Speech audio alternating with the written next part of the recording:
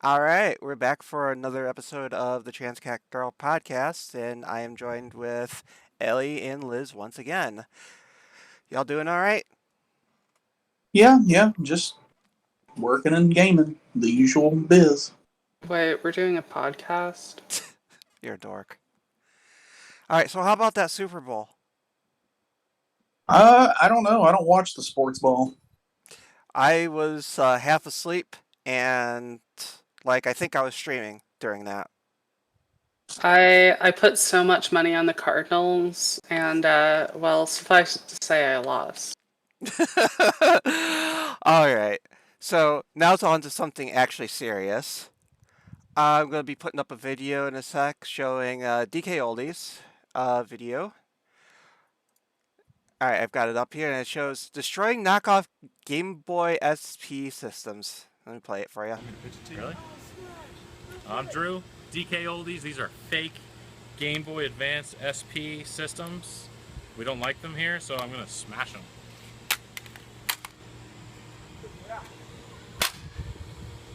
They're a lot harder than I thought. Like a baseball bat. Come on. Well, I think these guys have figured out how to successfully fail an IQ test. Oh, it's still playing. They're still smashing it. Both of them. Batteries are real. And he's looking at it. Yeah, look, they mark up the batteries. Marked up the batteries. No, it says IQue on there. And it's in full Chinese text. Now, I don't know if they were showing general confusion over that or whether they had any idea what they were doing, but something that they've blogged about on how to spot fake systems and how they pride themselves on certifying that everything's real. Like 7 years ago, even I knew about IQue systems, like the GameCube-esque ones that played Nintendo 64 ones. Now, one thing that's been a big controversy with DKOldies is them refurbishing systems, and people like Jacob R, which I do watch avidly, shows that they haven't cleaned or done any maintenance on the insides of the systems. Outside, yeah, magic erasers, that's horrifying, but Jesus Christ. I mean, how are you going to call yourself a refurbishment company if you're not actually taking the machines apart, giving them a deep clean, and fully refurbishing the systems for use? I don't know, Um, DKOldies has an easy time doing it, apparently. Yeah, well, and not only that, they overcharge for all of their stuff, too. Like, yeah, I get some of these systems are retro. They're definitely not made anymore. They haven't been made in years, decades even, for certain systems. But, like, when you're charging as much for a retro system as almost half as much as a new console, little out of touch there. yeah, like I get having to justify costs for labor, for overhead, for everything, but but when they're not properly maintaining and servicing machines, no. Yeah, Because it's like, on that's top the of that, thing. Go ahead, Ellie. okay, so like on top of that, okay, I could walk down the street to Retro Rick's Game Point. I need to tell you about that sometime. It's just a cool place, neat shop. But like, I can go in there any day of the week and get an N64 with a controller for $100 or less, Yeah, somewhere around there. It's $165 for just an N64 and a controller on DK Oldies. And that's like the least overcharged system I've seen on there. yeah. Consider I've seen some of their prices for like refurbished PS4s, 360s. It's ridiculous. They charge $260 for a Wii U. Not Have these gone surprising. up in price since I last looked at them? Let me check price charting. Because let me pull this up. Well, I mean, that's like there was a place back in Murfreesboro, Tennessee. I used to go all the time just because they dealt solely in retro consoles, games, and stuff like that. And Alright. there's a little brick and mortar off of Old Fort Parkway called Game Trader, and they used to have really good deals on older retro consoles, and even the games. The games weren't all that expensive unless it was like a rare, still in the plastic Yeah. game like Final Fantasy VII. That one's like what, $80 for still in case with the original black case, not the greatest hits green. Alright, so I've pulled up price charting, which aggregates sold eBay listings. And average loose price is currently $141.25 for Wii U 32 gig. Okay, so yeah, um, my point stands. Their Yeah. prices are just kind of fucked.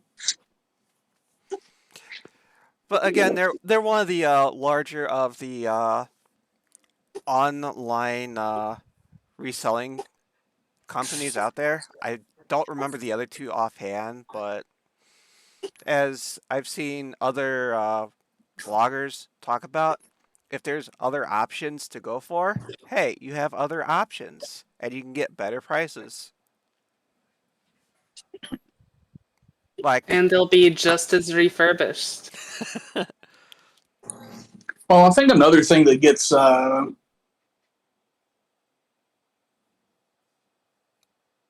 that gets DKOldies their customer base is the fact that they do have a fairly decent online presence on yeah, YouTube, and I think they have some TikToks too. I mean, hell, I have a decent presence online. Doesn't mean I should be refurbishing Nintendos and selling them to people for exorbitant fees. they do have a large social media push overall. I always see their stuff in like my Google feed, some of my YouTube shorts, my Facebook reels. I've seen them on TikTok until I've pretty much blocked them wherever necessary. They do have a decent advertising budget. Oh, Jesus Christ. So apparently they have like 2.5 million followers on TikTok, which I don't know TikTok, but that feels like a lot. Oh no, 2.5 million is crazy on TikTok. Like, there's people that get excited because they've got 100 or 200K. 2.5 million is just out there. Yeah. And me and my partner, we're both on TikTok a lot. We shit talk each other through TikTok videos, but she actually sent me a couple of their things because she knows I'm big into older games and retro stuff. And I got to looking at their prices because I really wanted some stuff, and I just had to pass. Yeah. God, so I'm scrolling through this right now, and I gotta say, my thirst traps are way better.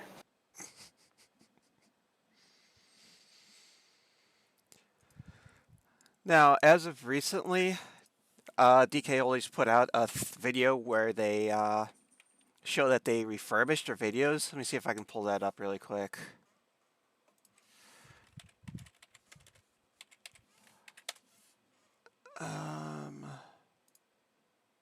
I got a mysterious call. Someone Autoplay.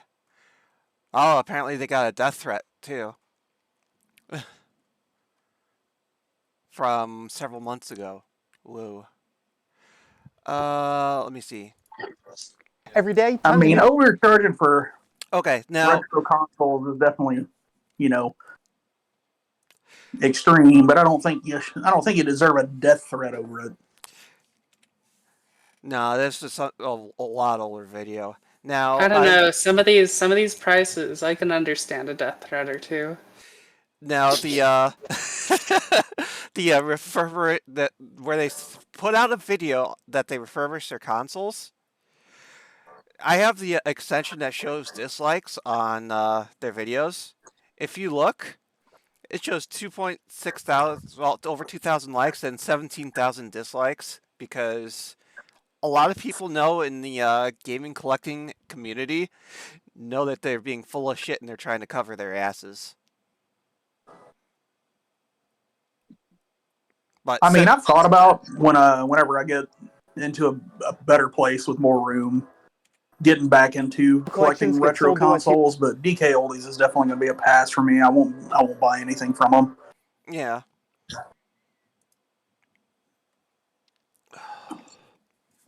Like, I definitely want to get my hands on some of the nostalgia systems, maybe a CRT TV to play them in their original, look. Yeah, CRTs are usually pretty easy to come by. Like Facebook You say Marketplace is that. easy. Electronics recycling places that sell back product, they offer those kind of things. Actually, more and more places that do that are just setting either not accepting CRTs that are donated, or just immediately cutting the cords and tossing them in the recycling bin. Yeah, I'm pretty sure at this point Goodwill destroys the CRTs because I They don't do. see any at this point. I haven't in many years. And then Free Geek is another organization that they do not deal with CRTs, except for I did actually get a Trinitron from one. They weren't selling it, but I saw it in the bag, and I was like, "Hey, please sell it to me," and they did. So good on you, Free Geek. But maybe sell some of the others too. Yeah. I got to see into the back room of a Free Geek once, and there was just a room full of glorious looking CRT computer monitors and televisions, all with the cords cut, and they Oh. wouldn't let go of any of them. Yeah, no. I would totally splice on a new cord if it meant getting a nice CRT. I've got an emulator on my PC that I built for PlayStation, and even some of the old PlayStation 1 games on a 1440p 2K Yeah. gaming monitor, they just look so pixelated and so out of touch with what you're trying to play it on. And Yeah. I remember those games looked a lot better on the old CRT TVs. They do. As somebody who has multiple CRTs around my house, they look much better on CRT televisions. So yeah, I'm gonna have to get me one of them old big booty bubble TVs to play me some games on.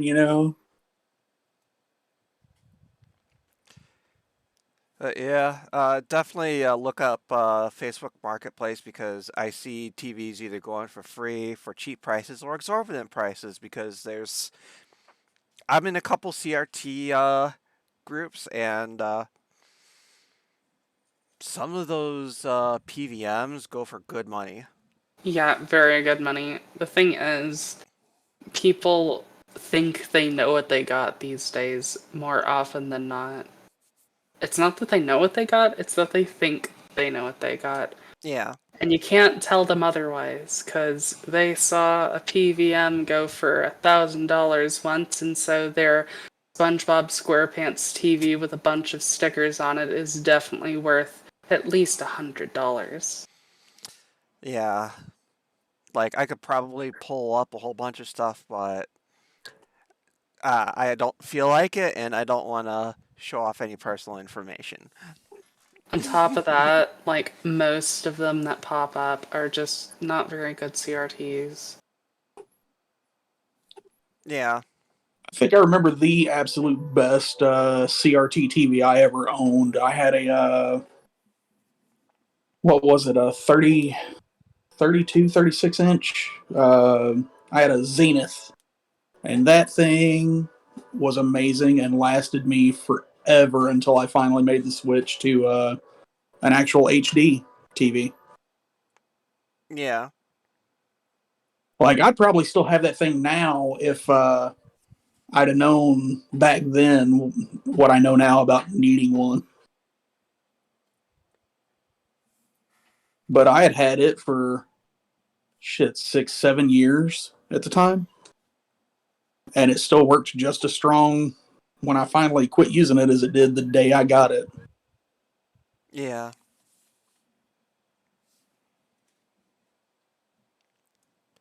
I've been trying for the longest time to get myself a Trinitron television. There we go. Took a moment to get those words out. But like you just can't find them for any kind of decent price if it's still in one piece. Sad. Anyway, I feel like I've derailed the topic a little bit. Hey, it's all along the same lines of game collecting and stuff, so it's okay. So, gay aliens and UFOs. Yes, please. So there's been a lot of news coverage over the unidentified flying objects over this country being shot If down. only there were actually some like details with all of these articles getting churned out. Yeah, it's like there's a huge news focus on it, and while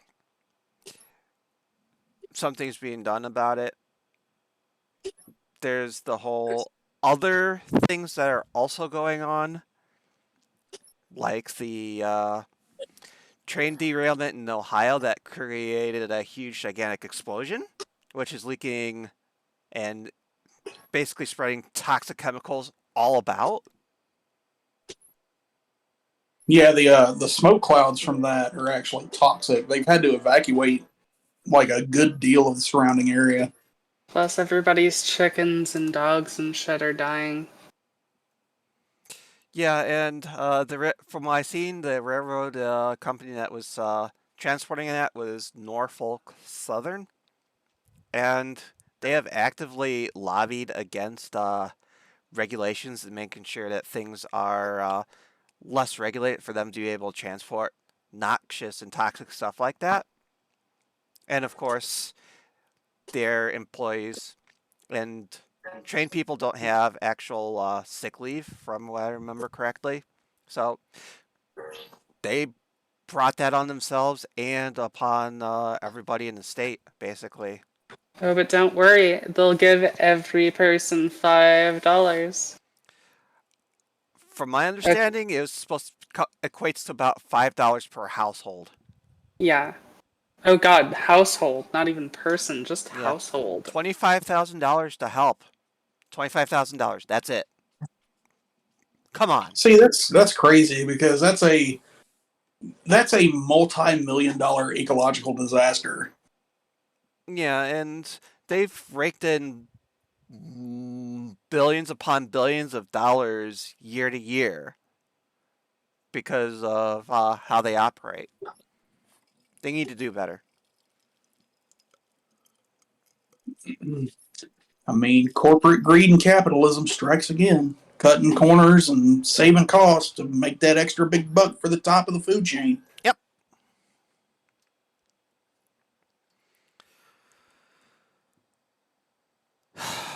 Shit's fucked. Yeah, we'll see if they're actually held to accountability or if they'll just get slapped with a fine, which is a basically a rich person's pass. I mean, I doubt they'll be held accountable just because of look what happened with years ago with that BP oil spill. Like all they got out of it was fines. There was no serious repercussions for it.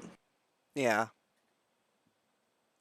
Or any of the other countless oil spills that have happened due to negligent companies, you know. It's always a slap on the wrist and, oh, you guys should do better next time.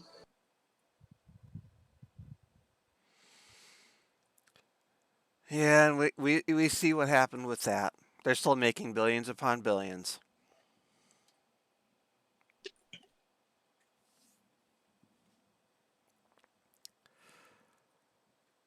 I'm trying to look up. You know how it goes. Money makes the world go round. Yeah.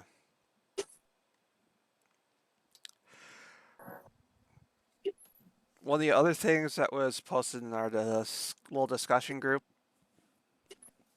celebrity surfer who lost arm in shark attack vows to boycott league over trans inclusion policy.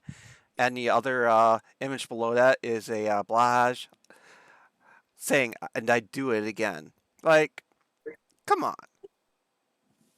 Talk about a soulless surfer, am I right?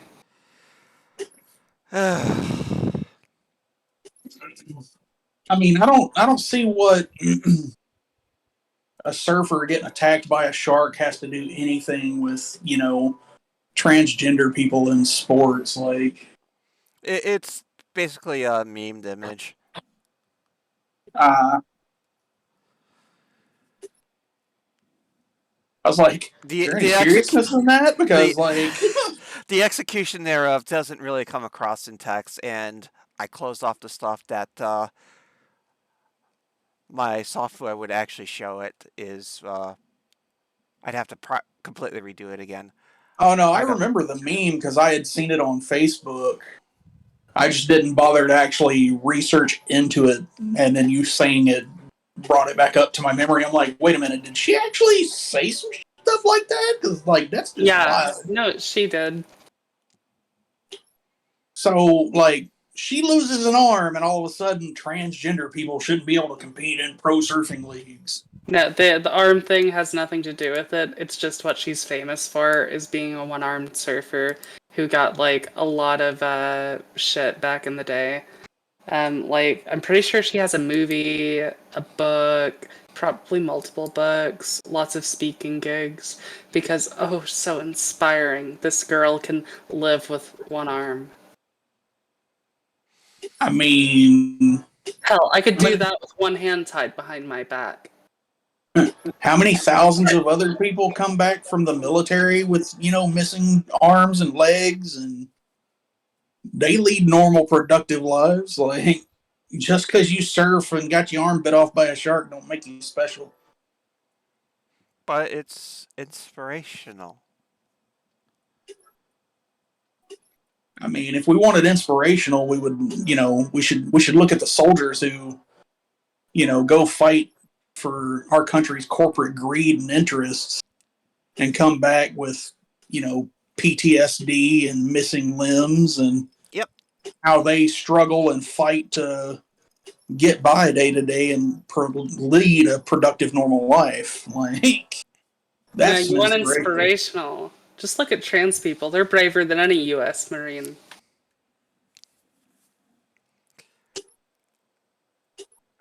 I mean, we do have transgender people in the military, even though somebody tried to stop that. It's just a meme. Oh. Yeah, it's shitposting memery. That's all. Yeah, gosh, spend more time online. Damn.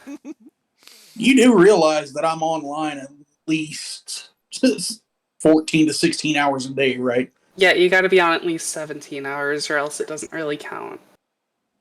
But I also don't go into that memey shitposty bullshit. I'm mostly gaming the entire time because... More like gaming. Oh. No, I'm not playing with anybody else's joystick at the moment. Anyways. Do you wanna?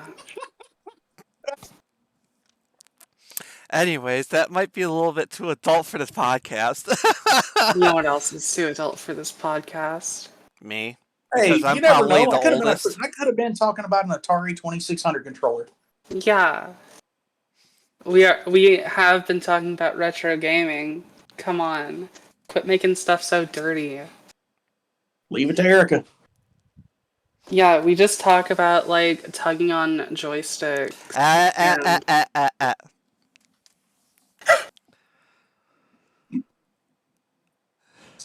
Atari joysticks are fucking cursed.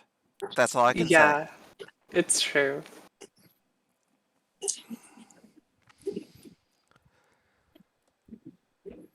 Especially when they get stick drift. That's the worst.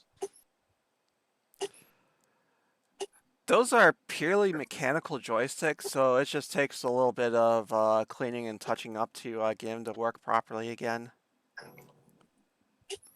I know this firsthand.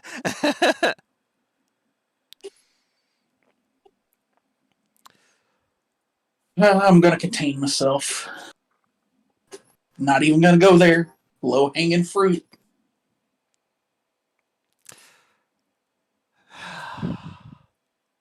I don't know about y'all sometimes. I really I don't. think she's exasperated with us. I couldn't think of anything to say, so I just stopped talking for a moment.